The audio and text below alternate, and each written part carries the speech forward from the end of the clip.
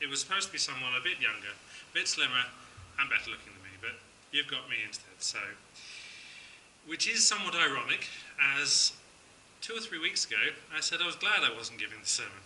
So, anyway, so to recap, we've heard Andrew speak about Clive Stafford Smith, a fighter of justice for the forgotten and the despaired. We've heard SJ speak about Maya Angelou, someone who faced challenges and rose above them stronger than ever. And last week, Andrew spoke about Douglas Macmillan, a creator of saints, perhaps. Now today, we're looking at George Michael. My first thought, as might be some others, was that he's very much the odd one out, possibly because we know a lot about him that could be deemed negative. But I discovered there's a lot more that isn't such common knowledge. Our story begins in East Finchley, North London, in 1963, when, I'm only going to say this once, when Georgios Kyriakos Paniotou was born to Kyriakos Paniotou, a Greek Cypriot, and Leslie Angold, that one's easy, an English Jew. He grew up in Kingsbury, northwest London, and Radlett, Hertfordshire, where he met Andrew Ridgeley, who's the man who he would later form Wham with. He was writing and recording music at 6, but it was at 8, after a bump on the head, that his real determination to be a musician started. He was brought up as a Protestant, but said that religion never had much impact on him. His music did betray an interest, though, however circumspect in faith. And Michael Brown, a guitarist, has said that he prayed on many occasions with George, and that they had many conversations about God. Now, many of us have heard about the arrests for possession of controlled substances, and for driving while unfit through drugs. We've probably all heard about the incidents in Beverly Hills and on Hampstead Heath. Indeed, it was what happened in Beverly Hills that prompted George Michael to be honest about his sexuality. George Michael, however, did always seem to be upfront about his drug use, and had made inroads into reducing his cannabis smoking by 2009. And he also said on more than one occasion that he had open relationships with his partners. And it seems to me that it was the public at large that had the biggest problem with his sexual habits, rather than George himself. George Michael engaged in a number of public fundraising initiatives, including being a founding member of Band Aid, a 1984 supergroup that, with Live Aid, a concert performed by Band Aid, raised $150 million for the famine relief effort in Ethiopia. Band Aid went on to release 3 more versions of the hit song Do They Know It's Christmas, raising millions of dollars more for work in Africa. He also donated the royalties from Wham's own Christmas single that year to the effort. In 1986, George took part in the Prince's Trust charity concert at Wembley Arena, followed by the Nelson Mandela tribute concert at Wembley Stadium in 1988. He frequently campaigned for LGBT rights and fundraised for HIV charities. He donated the proceeds from his single Don't Let the Sun Go Down on Me in 1991 to 10 different charities for children, AIDS and education. Finally, with Ronan Keating in 2003, he won £32,000 for cancer research and Macmillan Cancer Relief, actually saying on the show that if he didn't win, he would donate it himself anyway, and with other celebrities, raised £20 million for the Rainbow Trust Children's Charity, a charity he was also a patron of.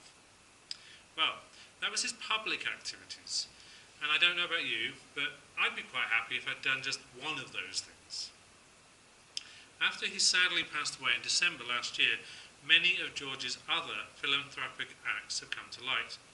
They include paying for 2 women to have IVF treatment after seeing them talk of difficulties having children on TV, paying off the debt of a student nurse working as a waitress by leaving a £5,000 tip, setting up a trust fund supporting the rights of disabled. Right, it's not going to the next page.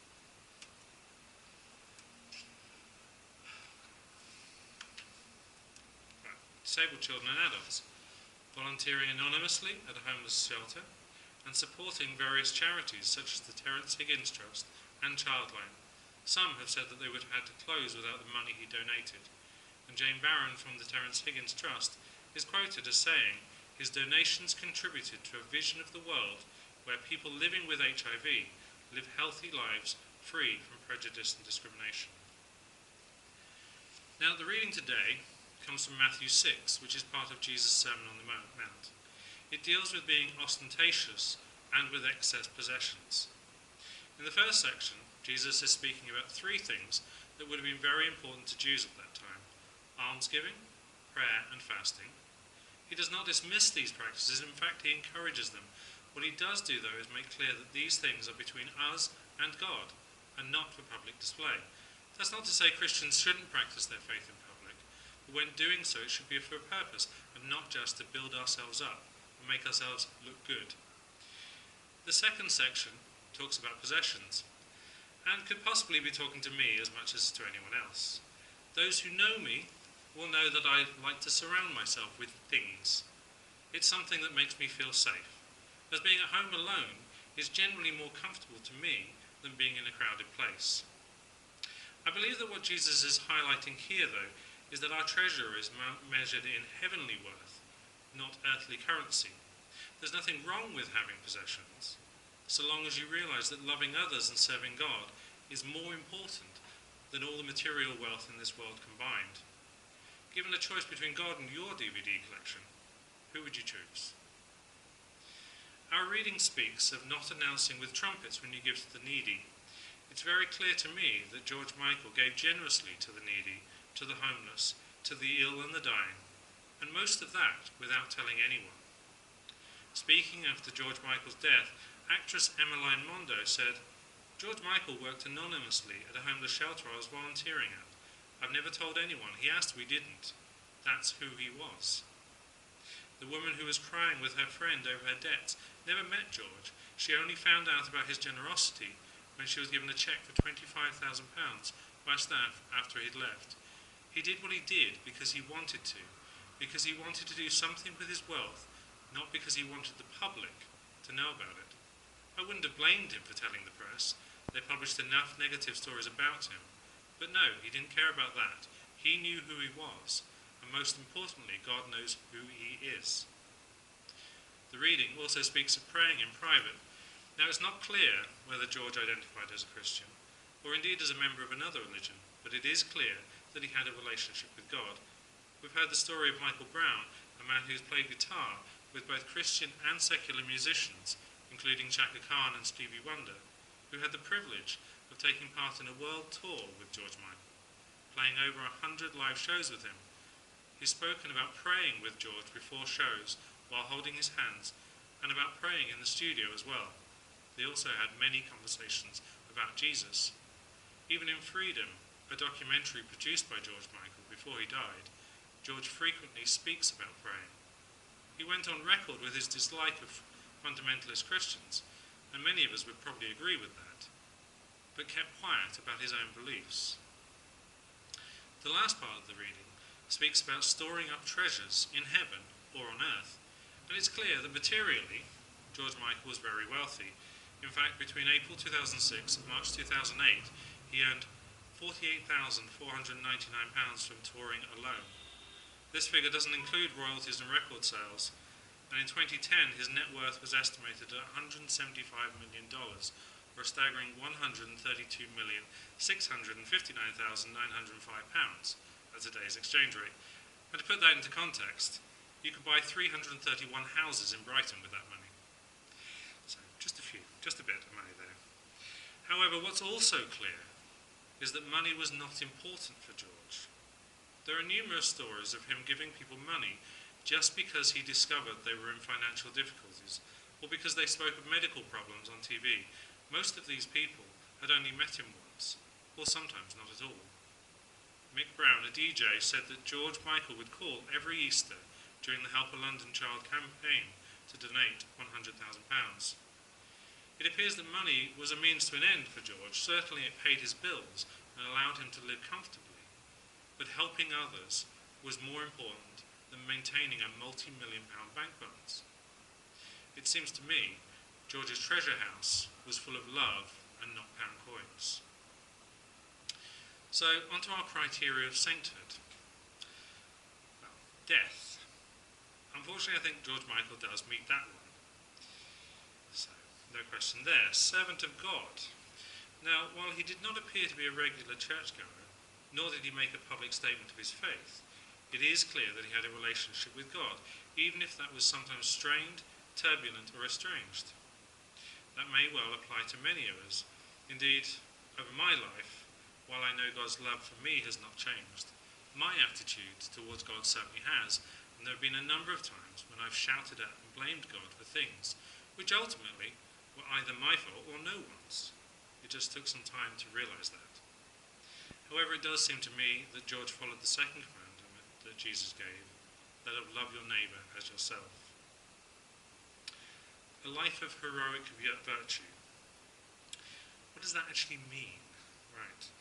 NewAdvent.org, a Catholic website, states that an heroic virtue is a habit of good conduct that has become a second nature, a new motive power stronger than all corresponding inborn inclinations.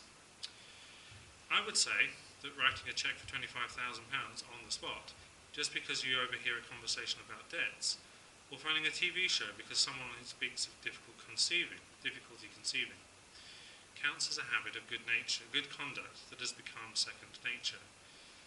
It didn't take him long to give money, to give to people just because he felt that they needed it. George Michael may have made mistakes, who hasn't? But Elton John described him as the kindest, most generous man, and said that he'll miss Michael's humanity most of all. I think we can tick this box. Do you think so?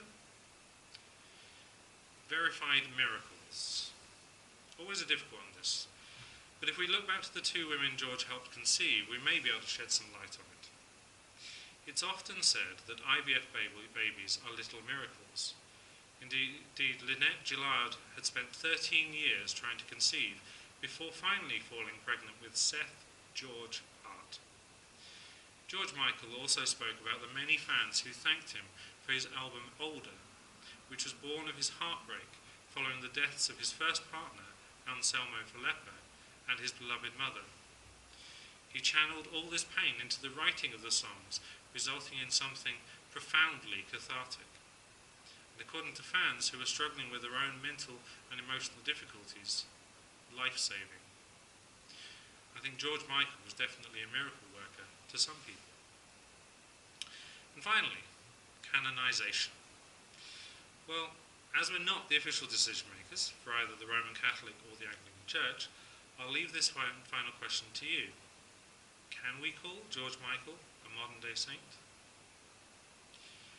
The documentary that George finished editing just 2 days before his death concludes with him saying, "I hope people think of me as someone who had some kind of integrity. I hope I'm remembered for that. Very unlikely." Adding, "I think it's all been a waste of time, a waste of effort." Personally, I think his life was anything but a waste of time to a lot of people. Thank you.